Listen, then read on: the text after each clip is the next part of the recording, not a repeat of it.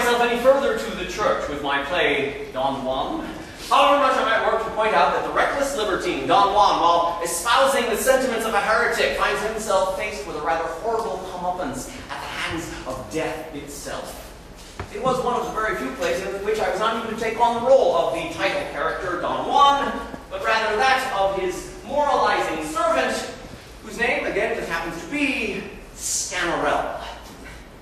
This was not to further the opinions of the pious at all, because who insisted that my portrayal of the sanctimonious Sganarelle was limp, ineffectual, and disingenuous, while Don Juan himself remained a more appealing character, who in spite of the looming cloud of perdition which seemed to follow him wherever he went, always seemed to have his own way with the most attractive women. As you take up the scene, Sganarelle has been approached by the serving man of one of Don Juan's many wives, who has come to find out the reason for Don Juan's sudden disappearance.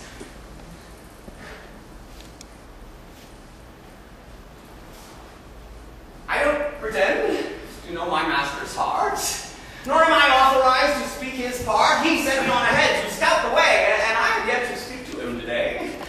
But let me whisper softly in your ear.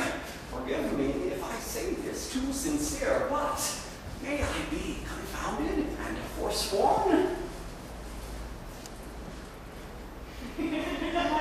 Don Juan is quite the greatest villain born! A man's a dog, a devil, and a beast! Ah, heretic at the most very least.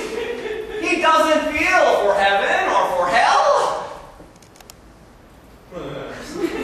His heart is nothing but an empty shell. He doesn't care how conscience grapples us. The man's a wanton Sardanapolis. Instead of thoughts of heaven which secure us, the man lives like the swine of Epicurus. No cry, complaint, nor sliver of remonstrance can cause the slightest quiver to his conscience. You say he wed your mistress. Fancy that.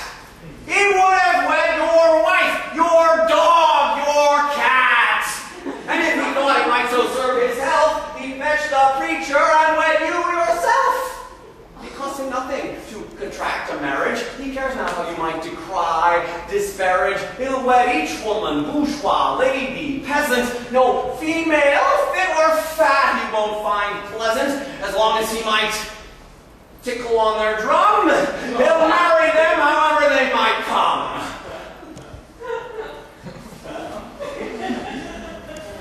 I see that you now gape and sigh and blush, and yet I paint him with my lightest brush.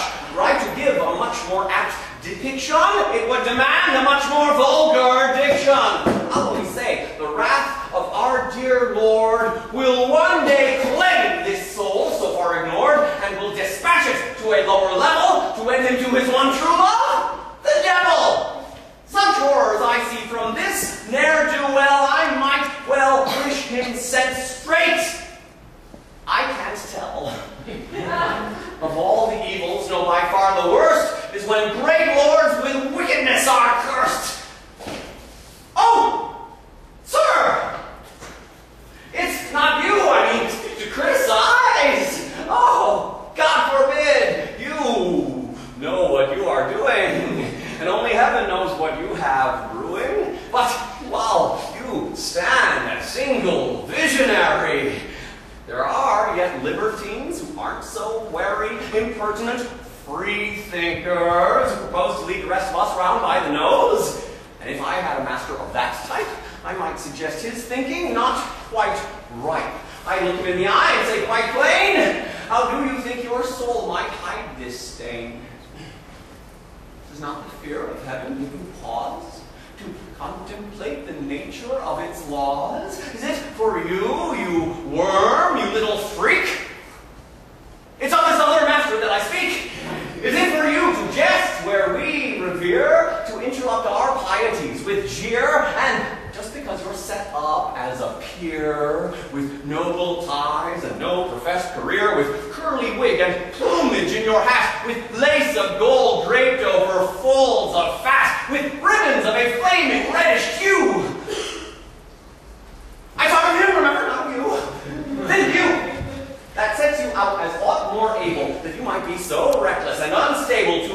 club boor, unmannered and uncouth, where no one might confront you with the truth, your servant must